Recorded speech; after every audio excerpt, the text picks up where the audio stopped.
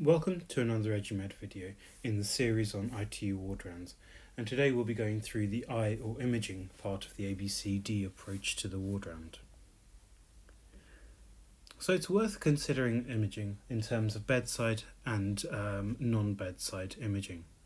In terms of the bedside imaging, the staple of intensive care is the chest X-ray. More recently, ultrasound has become more and more widely used, both by radiologists at the bedside and also by the ITU physician. And finally, echo, which is finding a huge part in both the hemodynamic assessment of patients and also in the arrest and peri-arrest situation. In terms of imaging that is needed to where the patient needs to be transferred, CT, MRI and PET are the mainstay, and obviously for interventional radiology. Chest X-rays are vital for any patient that enters the intensive care, be it intubated or not. In the intubated patient, we need to use it to check the endotracheal tube position. If patients are if we're finding it difficult to wean patients off mechanical ventilation or decrease their fractional inspired concentration of oxygen, we need to get an X-ray to see what's happening in the chest. Often we find that areas of lung may be collapsed, there may be new areas of consolidation, or in fact the patients may be volume overloaded with pulmonary edema. So to get the differential, an X-ray is vital. Patients with static PCOTs, it's really worth getting a chest X-ray as well, because often what we find is there are areas of lung that are underventilated or completely collapsed. Also, you'll be able to see areas that have lots of sputum and secretions, and that would prompt us to get the chest physios more involved or to help target the physiotherapists with postural drainages and certain techniques like fibbing. Septic screens should include a chest X-ray as a matter of course. Pneumonias are very common in intensive care, especially in patients who are on a ventilator, where ventilator-associated pneumonias occur in a lot of patients, especially after the first 3 days of mechanical ventilation. As a general rule, it's worth considering every 6 to 7 days whether a patient should have a chest X-ray, and certainly between 7 and 10 days, almost all patients should have an X-ray just to make sure that there are no areas of lung that are underventilated, collapsed, or any effusions, for example, starting to occur with patients. And if they are, we can treat them, because if not, you can leave these patients for long periods of time where they remain fairly static in their weaning process, and then find that actually all they needed was a chest drain to drain out 2 litres of fluid, and that suddenly makes things better. Ultrasound is fantastic. You can use it for solid organs, and generally speaking, it's the radiologist who'll come to the unit to do these.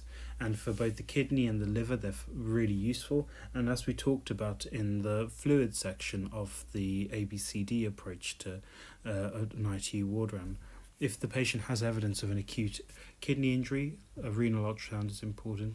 And also in the exposure section, in thinking about the abdominal examination and looking at liver function tests, if they're going off, getting a liver ultrasound may be a very useful technique to see whether there's any overt problems there, such as dilation of the biliary tree, or if there's any clots or impairment of hepatic arterial inflow. Lung ultrasound has become much more widely used, and a lot of ITU physicians are starting to do these for themselves. They're fantastic for looking for effusions. We can use them to diagnose pneumothoraces, which can be very difficult to detect even on a chest X-ray in intensive care, because patients aren't sat bolt upright. And finally, consolidation can be picked up if it's subpleural, and certainly in the COVID cases that we're seeing at the moment, geographic subpleural consolidation is almost pathognomonic of COVID, certainly in this time. Fluid status is really helpfully detected by echocardiography, and there are a variety of techniques to do this. It's worth checking out the videos on echocardiography that we'll be producing later in the year. It's good for detecting valvular disease, and especially thinking about endocarditis.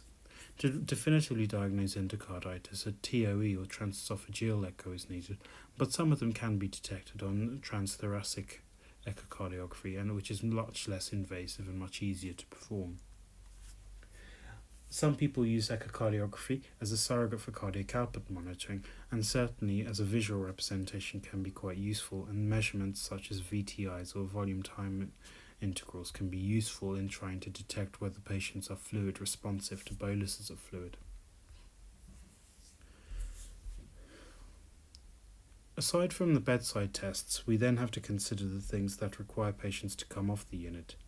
And CT is probably one of the commonest imaging modalities for intensive care patients outside of the unit.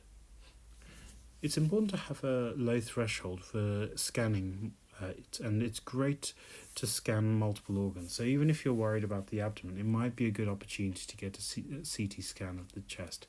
Now, although that might sound controversial to the radiologists, actually what we often find is that these patients who are having abdominal CTs, for example, end up needing CTs of the chest at some point, and it can be useful in detecting things that were subtle and not necessarily detected before.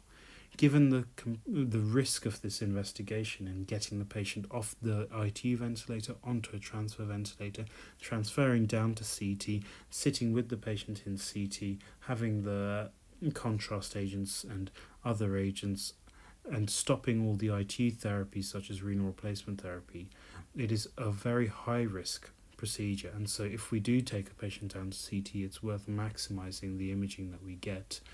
So have a low threshold for adding in additional scans, which may not seem as highly indicated, but most probably are high yield.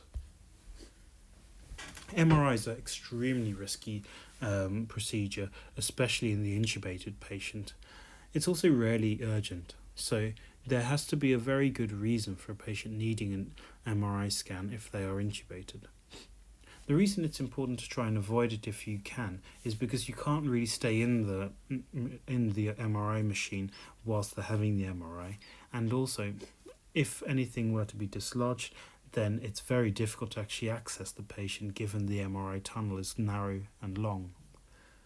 Also, maintaining anesthesia during the patient being in the MRI scan and giving them inotropic and other infusions is very difficult and requires multiple long lengths of tubing in order to have the pumps outside in the control room while still providing medication to the patient. For all of these reasons, it is very, very high risk. And also from the patient perspective, you can't do an MRI safety checklist to find out whether they've been working with metals, whether they've got metal fragments in their eyes, or whether they've got implants. And all of these things can be important and can cause significant harm to a patient if we don't know that that's the case and we put a patient into an MRI scanner. So the general rule is avoid an MRI scan if you can. The same can be said for PET scan. There are very rare reasons why you'd need to do a CT PET scan for a patient who's intubated and ventilated. And the logistics of it are quite difficult in that you need to inject the FDG tracer, radioisotope tracer, and leave it for about 30 minutes. So automatically the patient is down in a non-intensive care area on a transport ventilator for 30 minutes even before the scan itself has started. There are also important things with regards to not giving patients IV glucose before the procedure and need to be careful with sliding scales. So with patients who are diabetic or prone to developing DKA, this can be a very difficult balancing act to manage. And also, patients on intensive care generally tend to be quite inflamed. They may have occult infections, and that can give a very high false positive rate when looking for things like malignancies. So be very careful when requesting a PET scan because it might not give you the results that are correct or that you need. So in general, it's worth thinking about imaging in terms of bedside imaging and those that require transfer. And as with any imaging modality, it's always worth asking yourself the question, is that test going to change your immediate practice? And can you do this test when the patient is extubated? And when the patient is extubated, the risks are so much less for both the patient and the staff looking after the patient.